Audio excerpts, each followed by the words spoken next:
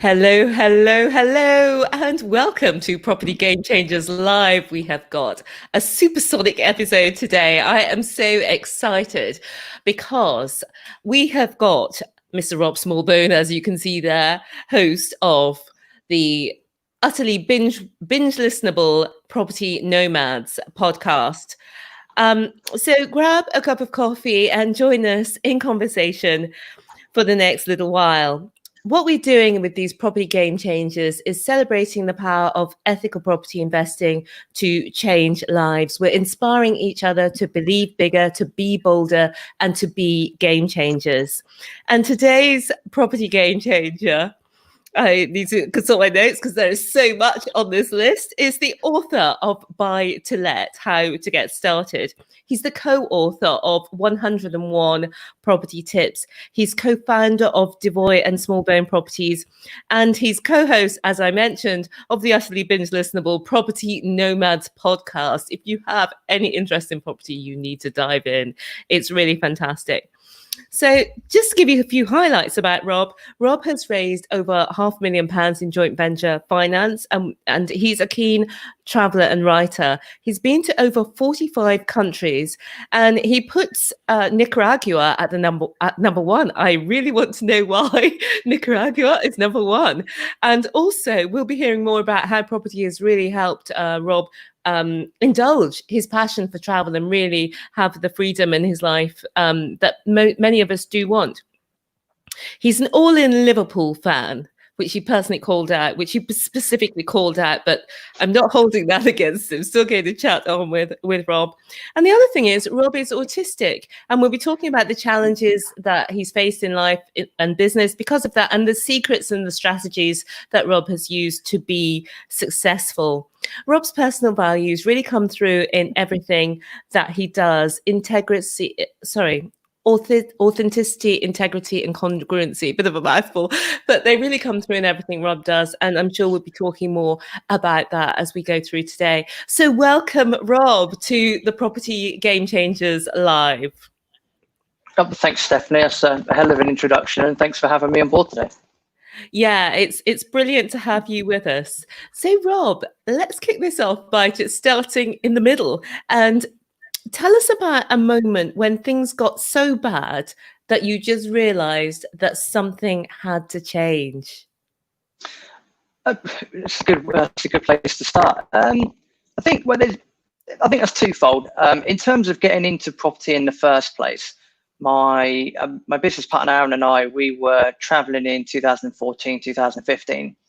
We were lucky to, we sort of done it the traditional route. We'd been working, saved up the finance, and wanted a bit of a blowout sort of extended holiday. And we ended up going to Brazil for the World Cup in 2014, which was pretty cool. That's nearly 6 years ago. It's crazy. It was 6 years ago at the time. Wow. And from there, we went around South America and Central America for about 9 or 10 months. And a lot of long bus journeys, a lot of talking. And we realized that although we enjoyed the traveling and, we, up to that point, enjoyed the working, we wanted to try and put two and two together and make four. And one thing led to another. We looked at different asset classes, different things that we could do. Could Forex work? Could this work? Could that work? What about Bitcoin? And then decided after studying a variety of wealthy people and families over the years that property, that asset class would be number one. So when we came back, we just started, listened to podcasts, reading books, done a bit of training, and then from there, took the action. We had a slow start. I think we set up in 2016 in January. We had a slow start, only bought one property in the first 18 months, I think, because of various, personal reasons and so forth. But from there, we've gone strength to strength. So, that would be that really. I wouldn't say it was a really, really bad point. It was just a case of how can we make ourselves better to get what we want. And, for Aaron and myself as individuals, we're after very similar things. Have the assets in, get the cash flow and utilize that for travel. Yeah. Well, thanks for that opening, Rob. That just sounds like an epic trip. Before I just carry on, I just want to give a shout out to Ornes, to Ahmed, to Emily, to Paul, and to Frederick, who's watching from Nairobi. So enjoy this conversation, and please do, if you have any questions, please ask. So, sorry. So you were in Brazil to start off with. Is that right? Yeah, correct. We've gone to, like I say, we got to the World Cup in 2014. Massive football fans. We're both Liverpool fans. So please don't hold that against us. And we were there. It was a great experience. It was really, really good fun. And from there, we sort of done a massive sort of a fishhook of South America. So we kind of went down into Argentina, across into Chile, and then straight up. Ended up in Panama for Christmas, and then made our way up to Cancun for February, March time. So yeah, we had a rough idea of where we wanted to go and whatnot. But yeah, it all started in Rio de Janeiro. 6 weeks in Rio. It's fantastic. Yeah, that does sound incredible.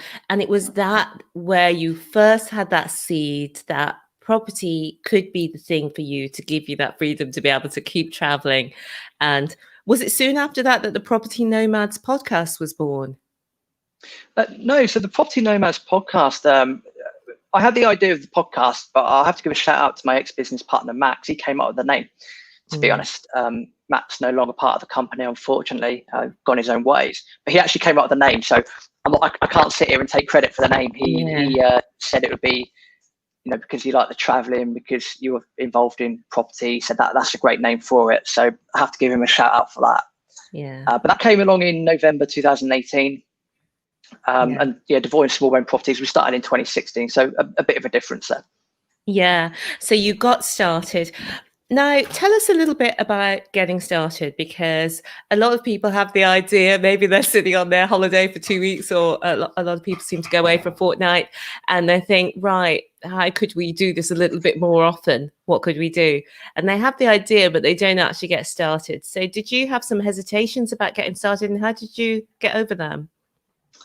Yeah, there was definitely hesitations about getting started. We read some books. Rich Dad Poor Dad is that seminal book everyone talks about, and it was no different for us, to be fair. Listened to some podcasts, done a little bit of training, and it was on one of the training events afterwards. We were doing some networking, some socializing, and I started speaking to a property sourcer who was based up in Hull. I'm from Reading originally, and we were just talking, and an opportunity came our way. We put two and two together. The deal worked. I think a lot of people will say the first deal was probably not the best deal that you ever do, but it gets you started. And it was no different from us. The deal was there. We looked at the numbers. We sort of went around asking for finance, and luckily found an angel investor. And then that got the ball rolling. So to answer your question, it's okay to do all the theory. It's okay to listen to the book, listen or read the books. It's okay to listen to the podcast. It's okay to do training. But at some point, to go from being a course junkie or a course addict or whatever, you've got to go and take action. And that action for us, following a Buytolet strategy, it was it. It was, let's raise the finance. Let's get this first one done. Let's get started. Let's document what we do, and let's try and make it better every single time. So it was just a case of we knew we had to take action. If we don't take the action, you're never going to get the results. Kudos to you guys. And the other thing that often stops people is the finance. So you said you raised finance. So tell us a little bit about that, because at that point you hadn't done anything before. You are trying to raise finance. So how did that go? What for you? Yeah, so we were lucky that we had a couple of people that are close to us that we knew had a little bit in the bank. So it was a case of sitting down with them, talking to them, chatting through the plan. These are how the numbers are meant to work. This is what should happen. And you get the same questions. I think one of our investors asked, what if the house gets burnt down? Yeah. Fair enough. It's a good enough question. We said, well, yeah, if the house gets burnt down, then you still got the land. There's some bricks on site. Someone told me a while ago, if you invested money in property, it's pretty much impossible to turn that to zero. Yeah, pretty much impossible, because even the land is worth something. Yeah. So it was just a case of chatting to people. You know, we knew we had a couple of people that had a bit of money in the bank, and it was a case of just chatting to them. You know, this is what we want to do.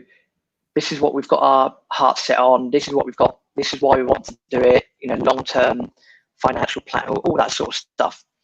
And you know, took a few meetings, a bit of back and forth, answering loads of questions.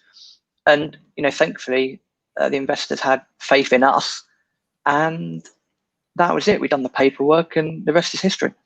That is such a good tip, because basically what you're saying there is you're starting off with people who you already knew, so you already had that know, like, and trust factor, and then it was just the next step.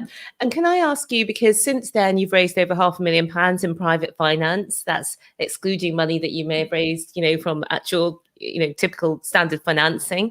And can I ask, what you were raising that very first time, how much money you were trying to raise? Yeah, of course, 50,000 was what we raised. Okay. And I'm sure that at that time, raising £50,000 seems such a steep hill, but now I'm guessing that just feels like very small. Yeah, kind of. I think it depends on your perception. For Aaron and myself, Aaron's got a background in finance as well. Well, Aaron's got a background in finance. I haven't. At the end of the day, and it sounds flippant, they're just numbers. They're just numbers. To Aaron and I, they're just numbers. No, there's a deal. There's some numbers. This is what we need. This is how it works. But we understand that for investors and people that have placed trust and faith in us, that for them, their background might be a bit different. For them, it could be their life savings. For them, it could be a lot more. So we have to treat every single penny as it is our own, treat it with the most respect as possible. And we found by doing that, you know, we're lucky that we built up that rapport, you know, with investors now, and the minute we try and give them money back, they keep giving it back to us, which is a good situation to be in. Fantastic. That is brilliant, because money is seen as a barrier, or many people think money is the barrier. Sometimes it's mindsets that's the barrier. But so you've gone from there in that very first property to now. Tell us a little bit about what your property investment looks like today. Yeah, so at the time of recording, we've got, I think, 10 or 11 properties, I think, at the moment. And we've got, I don't want to jinx it, but we're working on a few things where if they pull off, then we'll be able to double the portfolio quite quickly. Wow. Which, you know, puts us up a notch, which is good. So it's sort of between that rock and a hard place where, let's say, got 10 or 11 properties, everything's doing okay. And now we're working on some things where we could, you know, almost double the portfolio overnight. So that's where we're at. Most of the portfolios are buy-to-lets. Most of them are in Hull. I make no secret about that. We've got a couple elsewhere. We've sort of created a triangle. So rather than put all the eggs in a basket in Hull, we've divided the portfolio out between 3 different places. So we'll keep simultaneously adding, and that's how it looks at the moment. So yeah, right as of 1st of July, sorry to date stamp it, I know. As of the 1st of July, that's where we're at. But you know, by the end of July, by the end of 2020, the situation could be massively different. That's brilliant. That's very interesting. And can I ask, because this is something that I'm very interested in, are you thinking of buying multi-unit blocks, or is it that you're doubling the portfolio by buying a portfolio of separate houses? Both. So one is a portfolio of 7 units. So that we'll be taking it on an option. We wouldn't actually be buying that. So that'll be a long-term option, lease option. And then the other one is a block of flats, because from, you know, Aaron and I spoke about this for a while, and you know, listening to other people's podcasts and books and so forth, that if you're going to scale a buy-to-let business, the 2 ways to do it are one of 2 things. Number 1, buy blocks of flats, like you've just pointed out, or number 2, commercial conversions, or, you know, commercial to residential. Then you're doing multiple blocks at once. You know, we decided to really focus on buying blocks of flats and, you know, go from there, because it's economies of scale. You know, if you buy a house that's been divided into 3 flats, for example, rather than dealing with, well, if you're buying a house that's been divided into 3 flats, but it's on one freehold, so it's on one title, then when it comes around to getting a mortgage, you're looking at one mortgage, one broker fee, one solicitor fee. Whereas if they're all different, you're looking at 3 lots of broker fees, 3 valuation fees, 3 solicitors fees. So economies of scale, it's a no-brainer. And again, that's from learning from other people saying, oh, this is how you can scale Buytolet. So that's where we're at. We're sort of at that stage where we, if we take, when we take these steps, as I said, at the end of the year, the portfolio is going to be looking a little bit different, hopefully, all things being well, and that'll be a good position to be in. Great. I really love the multi-unit block strategy. Obviously, well, people may know that we're into HMOs, which is great. But we're buying HMOs, but we're also buying these multi-unit blocks, which we sort of stumbled into by accident. Especially the conversions we find to be particularly good in terms of the price at which you can buy them, the competition to purchase them, especially if they've got a little bit of commercial, the way that you can add value really simply by adjusting the rents even. So yeah, there's a lot to there. Ornez is saying well done. And he's also saying buy to let and rent. That must be towards me, because that's obviously not you. So Ornez is asking, do I like buy to let or rent to rent? I do both actually, and I like both. One is a cash flow strategy, which is essentially a business, which means you don't own the assets longer term, and so you don't get the end equity and the growth. And buy to let is an asset strategy. So really, ideally, you have the one that fits best with what your objectives are. And for me, long term, it's buy to let. Yeah. So do you do any management or anything like that, Rob? No, we don't. What Aaron and I have decided, and again, this is down to knowing what you want when you get into property in the first place, where we're quite travel orientated. For us, we always look at things and say, how simple can we make our life? Yeah. And I know you can get systems and processes in place. I know you can it's all about having the right people in the right place. But having experienced rent-to-rent HMOs, and again, we've done up it in and around Hull, hasn't really worked for us. And whether that's because we got the model wrong or things like that, it just didn't quite work. Yeah. So after that experience, we kind of reset ourselves, went back to plan A and went, well, okay, we've got a good power team. We've got people up here, great people up here. If we're going to add to the portfolio, but we're going to be traveling, for example, then we're going to need to, have the solicitors in place. Job done. Do we have lettings agents in place that we trust? Yes, we do. Do we have people that are better at people managing? I'm not a great people manager. So to have me try and manage a project is not my skill set at all. So I've learned that over the last 4 years. So we need to get an agent or someone in to do that as well. So all of these things have helped to refine our strategy, and for us it is adding those blocks of flats, adding buy-to-lets, using property sources as well, because we know if we've got the trust in the relationships, we could be in, I don't know, Turkmenistan for all I know, but if something pops through, we know how to analyze a deal and we can go from there. Great. No, I think that's so important, knowing where your goals are, what you want your lifestyle to be, and you have the funds as well to invest. So we've talked about you getting started in property, you starting off with that first deal, and let's talk a little bit about the traveling you've done, because you've actually been to over 45 countries, and you say that Nicaragua is your number one. So I need to hear the story. It sounds like there's a story there. But no, bizarrely, there's really not. There's nothing special about. Well, I'd say there's nothing special. I'll give you the reason why it's number one. I think it's all circumstantial. If I was being socky and emotional, then it would be Ecuador, because that's where I met my future Mrs. Property Nomads podcast. So if I was being sentimental, I'd say Ecuador for that reason.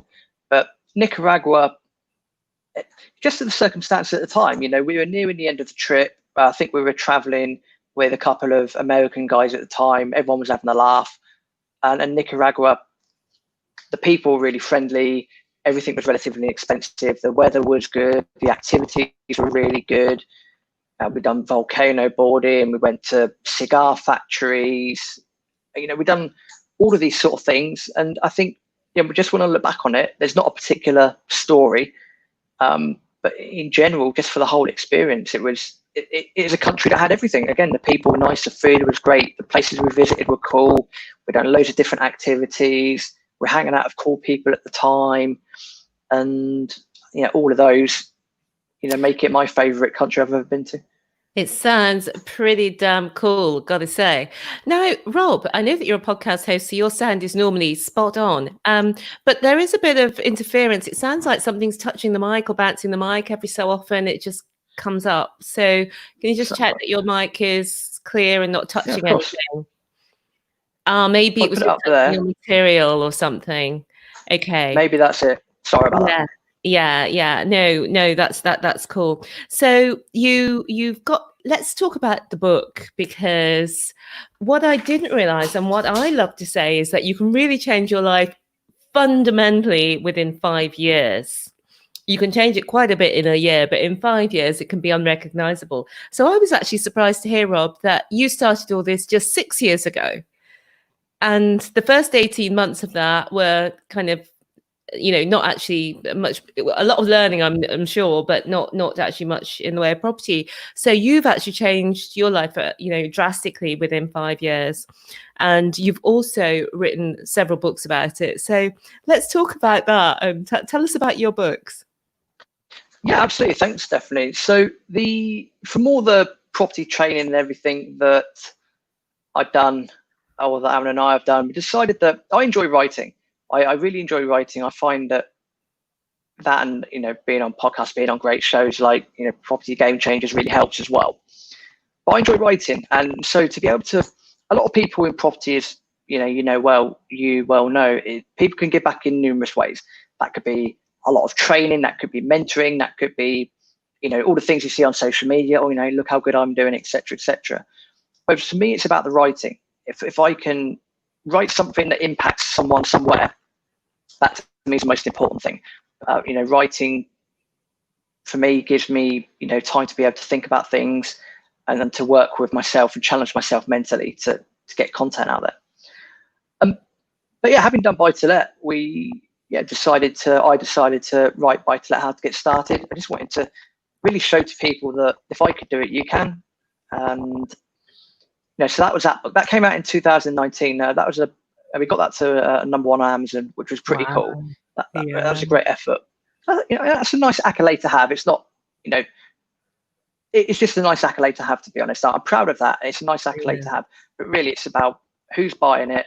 Are they getting value from the book? Yeah. And from there, so that was that. That came out in 2019. I rewrote it for 2020 because of a lot of circumstances have changed. So the book was already out of date.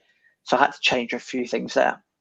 And from the network, from wondering how can we add to that base, I got the idea to do 101 top property tips, which that's out on the 15th of July, 2020. And we've had over 50 people contribute to that book to give their experiences about property. We've had people that have done multi-million pounds worth of property, various people, other podcast hosts, and everyone's put their own spin on it. Everyone's contributed magnificently. And the purpose of that, again, is it's a straightforward book. There's a lot of information in there, and for 10 or 11 pounds, for people that are looking to, even if you're experienced in property, but if you're looking to get started in property, it's very easy to get sold a lot of courses and then you become a course junkie.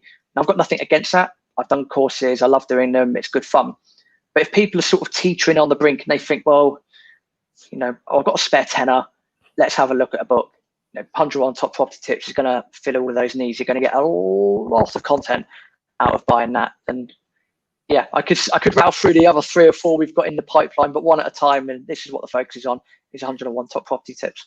101 top property tips. Yeah, really looking forward to that, and also looking forward to contributing to it. So that's great, and thanks for that opportunity. And really looking forward to the book coming out.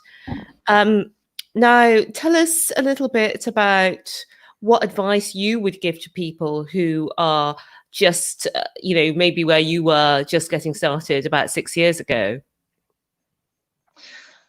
What advice would I give people? Well, believe in yourself. Believe in yourself. Know yourself as an individual. I think that's important, incredibly important. Take time to, if you're going to do it alone, that's fine. It is easier to do it with someone because you have that sort of approach where you can speak to each other. That's important. If you're going to team up with someone, again, take the time to know them, find out everything about them. That's really important. Have the belief, have the faith. If you can do that and know why you're doing it, because as you know, Stephanie, there's so many different property strategies out there. There's so many different ways of participating in property. But if you know what you want, you know what your skill sets are, and you know what your strengths are, work with them, then the solution will come to you. And just have faith and always look to educate yourself where you can. Great. Sorry, I think that microphone's rubbing again. I can see your little collar thing. It could be my table as well. The table I'm at is really dodgy. It might be the chair as well. Yeah. Okay. Sorry, people. I'll improve my chair for next time. Okay. And we talked earlier as well. Property is a lot about people, relationships, and keeping lots of different balls in the air, and sometimes having those difficult conversations. And you mentioned that you're autistic, and you found out this recently. And just wanted to talk about how has this impacted you, and what strategies would you offer to people who may be in the similar situation? Yeah, I found out, officially this year. I had an inkling, to be fair, for a while. It's only from chatting to my mum. My mum's probably the person that knows me best out of anyone, and she's been saying it for years. Yeah. So how did that all come about? That basically at the end of 2019, there was a lot of pressure from all the businesses I was involved with, a lot of pressure, personal life, that sort of stuff. And ended up late November having a mini breakdown. It wasn't pleasant when I think about it. Yeah. And I knew that, from there was a lot of changes that happened. People left businesses. We had to sort of rejig everything and all of that sort of stuff. But I knew that I had to do something about it. And for me, I just had to face the fact that I needed to find out 100% was I on the spectrum. And I made a promise to myself that's what I would do. So that's exactly what I did. I went out. We're lucky in Hull actually to have a place called St Matthew's Hub, which is in the centre, that specialise in autism and Asperger's. So we're very lucky to have that service here. I got given the option of going onto the NHS waiting list for testing, and that's 2.5 year wait. Or I could get it done in a few weeks by having it private. So that was a no-brainer. I went to get it done private, and that was it. The speech and language therapist came back, and she said, "Yep, definitely." She said, "You wouldn't have known it if people speak to me." And I'm sure people are watching this, listening to this, or that have listened to the Property Nomads podcast. You don't always recognise it straight away, because what I've done through a lot of learning, a lot of education as well. I always like to improve myself. So it's not obvious when you first meet me, because I don't try and cover it up on purpose, but I have learned behaviours over time. But if you sit down for 3 or 4 hours with me, as the therapist said, it's obvious. It's so obvious, it's unbelievable. But that's because you take the time. But in answer to your question, how's that impacted me? Well, yes, there was a lot of negative stuff. November through to March wasn't a pleasant time. There was a lot of stuff to sort out. Like I said, people moving businesses, having to sort of close businesses down, join them together, all of this sort of stuff. So I took a bit of time off, and really a lot of it's down to Aaron. He's always been very supportive. We've known each other 15 years, to be honest. So we're very supportive of that. We done what we needed to do, and then from there it's been about getting back on my feet. How has it helped?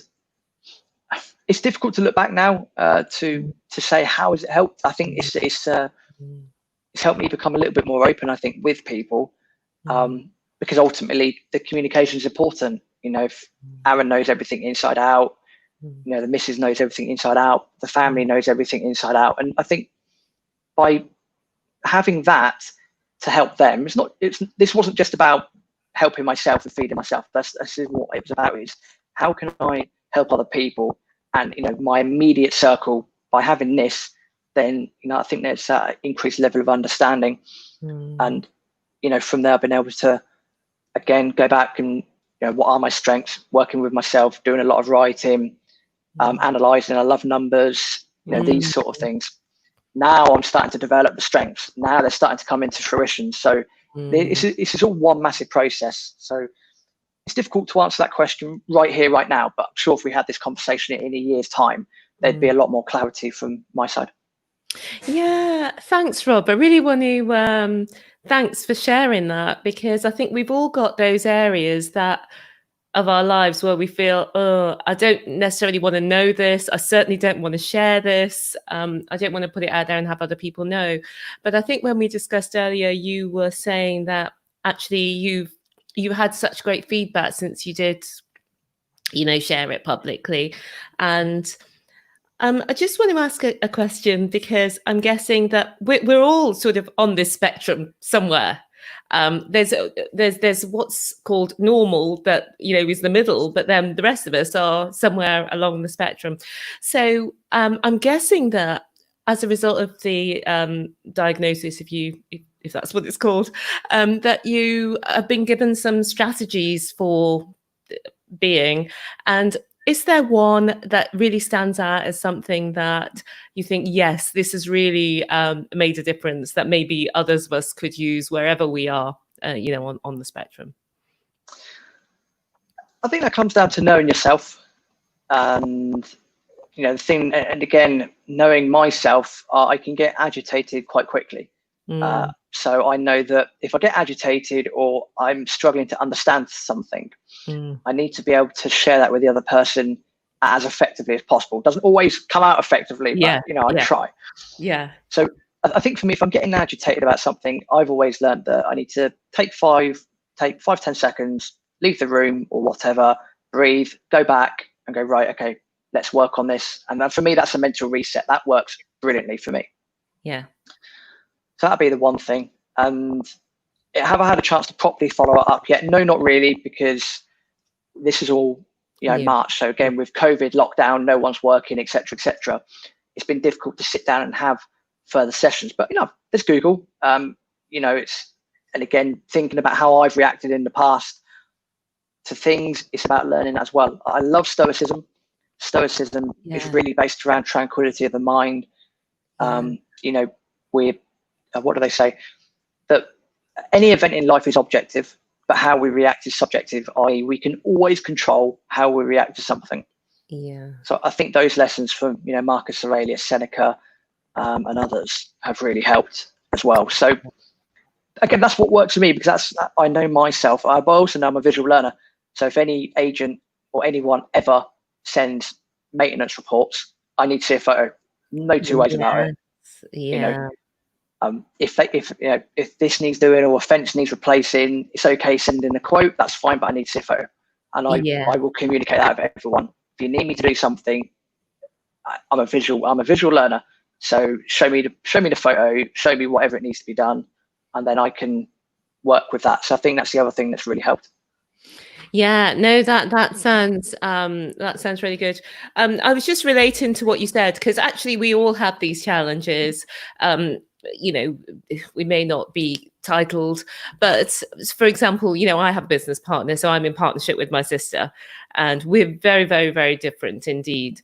She's very details oriented and likes to analyze everything. If I ask her to make a decision on something, she doesn't want to make a decision. She wants to see all the possible options, what's on the table, what might be on the table, what could be under the table, what could be. She doesn't want to make her decision until she's got everything in place. Whereas I'm very, okay, let's do this. And she says, well, what criteria are you basing that on? And so it's a great complementary partnership. But on the other hand, it can be irritating working with somebody who's operating on such a different in such a different way. And so we've really learned, I've really learned to present things to her in a way that I know that's going to work with her that she's going to feel happy about, and she's learned or learning to do the same with me. And that's been I've really enjoyed that kind of growth. So it's been interesting to hear what you've been saying, because I'm sure it's just as applicable to all of us. So thanks for sharing that. And let's move on to, where are you hoping to go now? Your properties obviously had made a big difference. You started just 6 years ago. You built up what, for that will be in the top few percentage points of landlords in the UK, for example. Most landlords in the UK, the overwhelming majority only own 1 or 2 properties, and so there'll be very few with 11. I'm not sure what the statistics will be. And you're working on, you have plans in the pipeline to at least double that in the coming year. So tell me where you're thinking of all this is heading for the future, both in property and beyond, for you. Well, for myself personally, actually, for Aaron and myself, we're very travel orientated. So for us, it's really about, looking after the assets, because at the end of the day, fully appreciate that people live there, people base their lives there. So we've got to provide as best quality as accommodation and houses as we can, because ultimately, people will turn them into their homes. So we've got a duty to everyone to do that. As a result of that, and the income that comes in for Aaron and myself, a lot of it is travel based. So it is, again, we're massive football people. So it is about, going to the major events, going to more World Cups, going to European Championships when they're running, maybe go to a Rugby World Cup, or, some cricket or something like that, because that's our sort of release. That's what we've worked up for.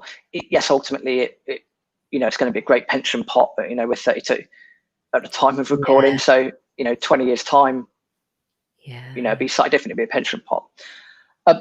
For myself personally, on an individual level, as I said, my fiance is Mexican. So the aim is to move out there in 2022. Oh, wow.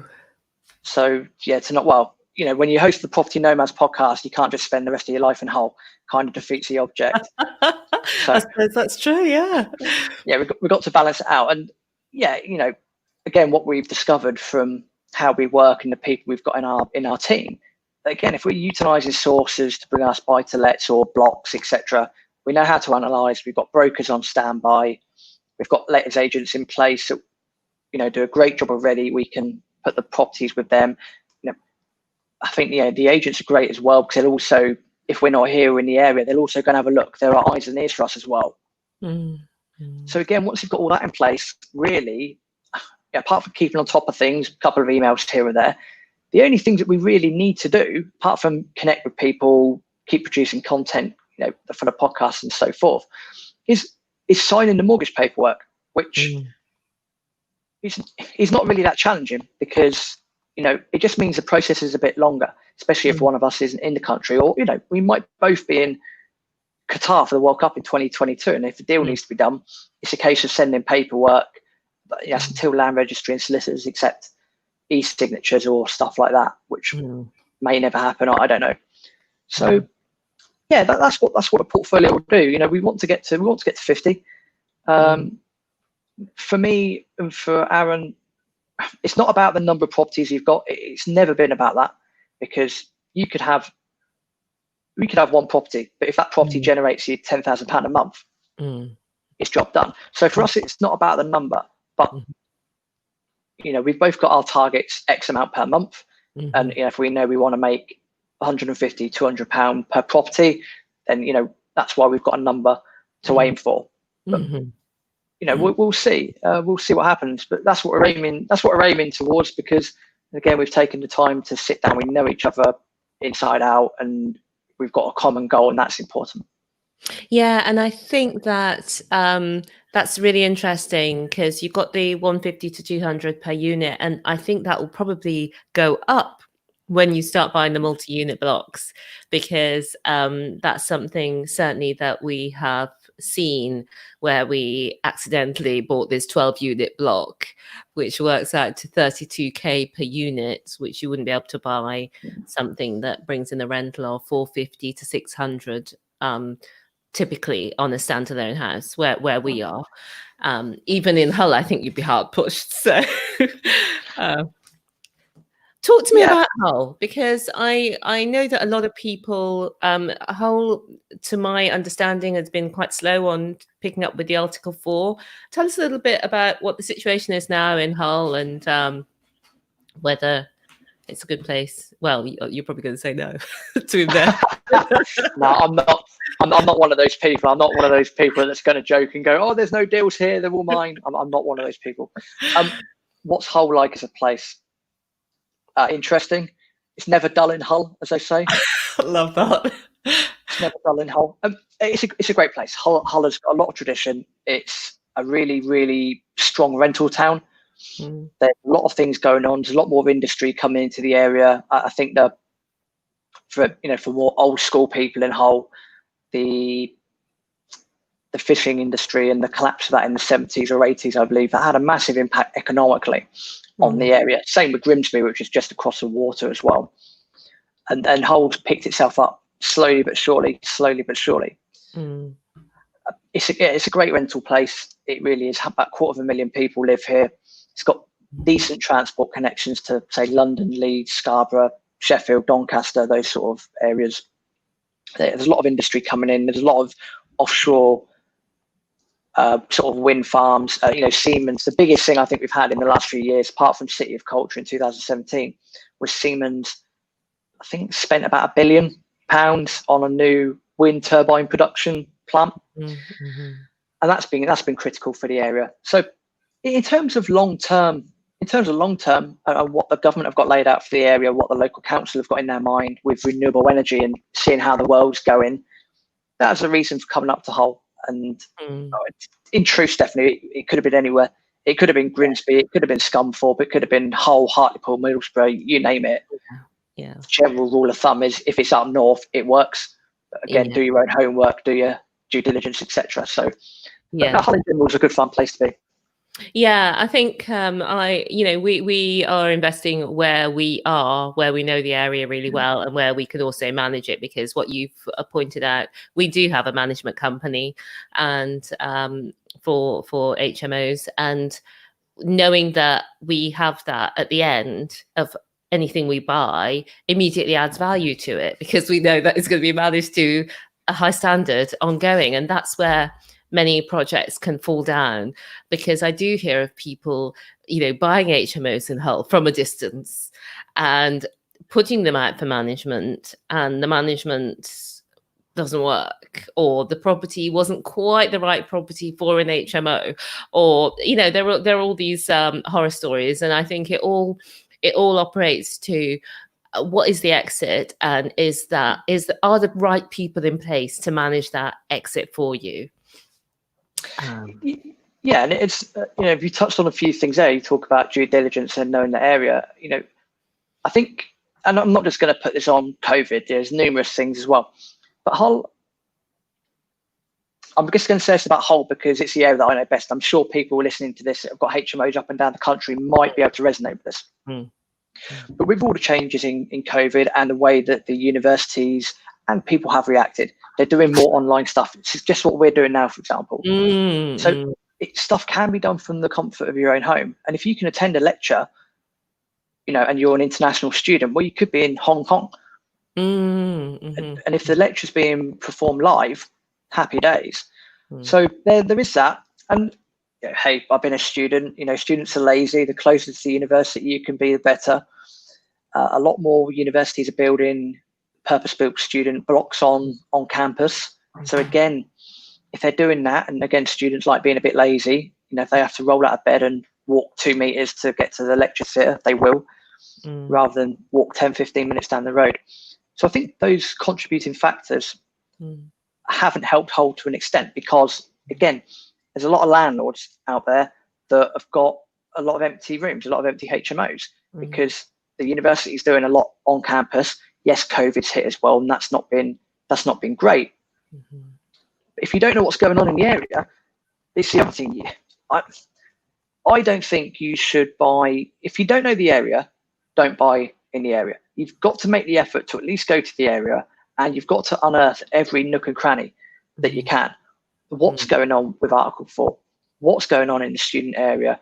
If it doesn't work, as you say, can we put it back to a buy-to-let? If we do that and there's Article 4, how does that affect things? Of course, it's not just about students. Are there people working on dockyards? Are there people that are, strawberry picking and working in the fields? So you've got to know this. Don't just get given something by an agent and go, oh yeah, great, HMO and Hull or Middlesbrough or wherever. Yeah, 100% great. Management's 12%. Thank you. Everything's fine at the moment. Yeah, people will look at the yields. We've all done it. We all look at the gross or the net and go, oh, that's better than the south. Yes, I like this. Let's go and, Mr. or Mrs. Broker, let's get sorted. Let's get started. Yeah. And then they wonder why it goes Pete Tong, why it goes wrong. You've got to know the area inside out. So, yeah, I think Hull's no different from other areas. I would say, I'm on the committee for the Humber Landlords Association as well. And I would say my opinion is it's a bit too saturated, HMOs at the moment. Yeah, I think Hull is like a lot of other places, which is that if you've got something great, it's going to work, because there are people who want to live in a house share in all of the areas. But what's happened is that a lot of the house shares that have been created are not a very nice standard. Maybe you've got 4 people sharing 1 bathroom, which is fine when you all know each other and your students, in a very small house as well, that doesn't quite work as an HMO. So I think in those scenarios, you're not going to do well in that sort of marketplace. But I suppose some of the things that we've found since doing HMOs is it's like having any kind of business, is if you can operate it to a high standard, you will always get a part of the market that's there. And if you're operating to a low standard, for a not very much lower price, you're not going to see that market. You're not going to see that part of market. So, Rob, we've talked a lot about how this has impacted your life as a, in property, and given you a lot more freedom, given you, the foundations in only, 5 years for a really fantastic business, and also long-term wealth creation. Maybe you'll have things in trust that you can pass down.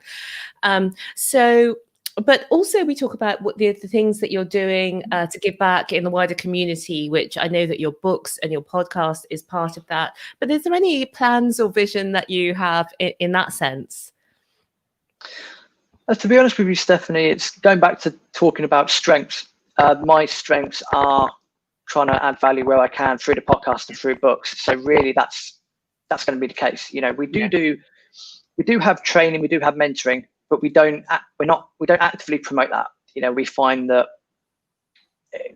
we just don't actively promote it, because we don't really want to, put it this way, the products are there and the services are there. So if anyone ever asks, the answer is always yes, we'll work on it, and then we're happy to add value and work one-on-one. But we don't want to be those super massive property trainers doing X, Y, Z. That's just not us. Yeah. But those products and services are there. In terms of adding value, it's we're improving our social media just about daily. So trying to build a bigger and better team around us, and most of it is book writing. There is, as you mentioned, there's Buytolet, How to Get Started. That's on Amazon. Kindle as well. The same with 101 Top Property Tips. That's out in July. Again, that's on Amazon. That's going to be on Kindle as well. And we've got 3 or 4 books after that we're working on, that again will get out there to the market. The one that you'll contribute to will be the follow-up to 101 Top Property Tips. Oh, so right. Okay.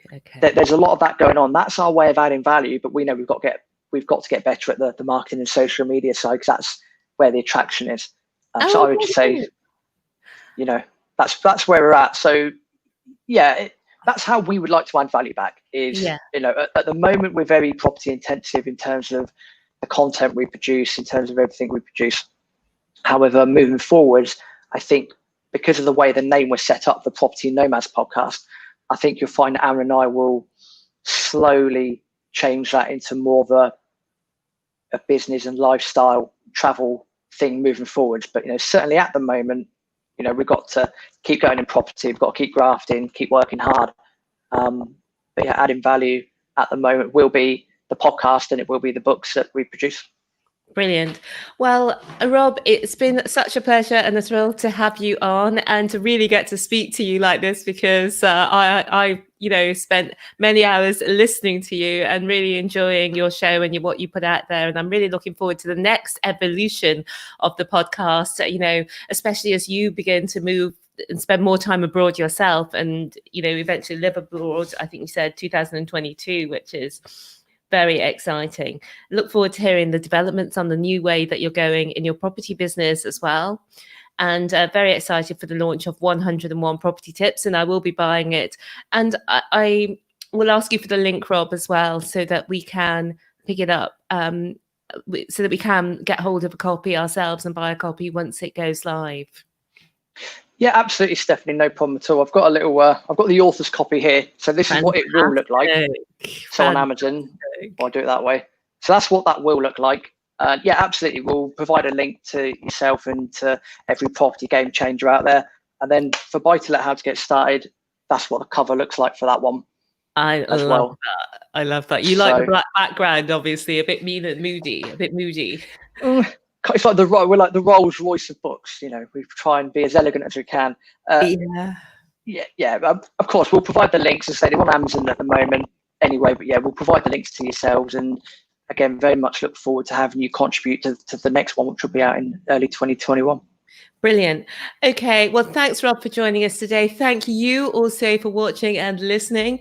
And we look forward to seeing you soon for another Property Game Changers. But for now, bye from Rob.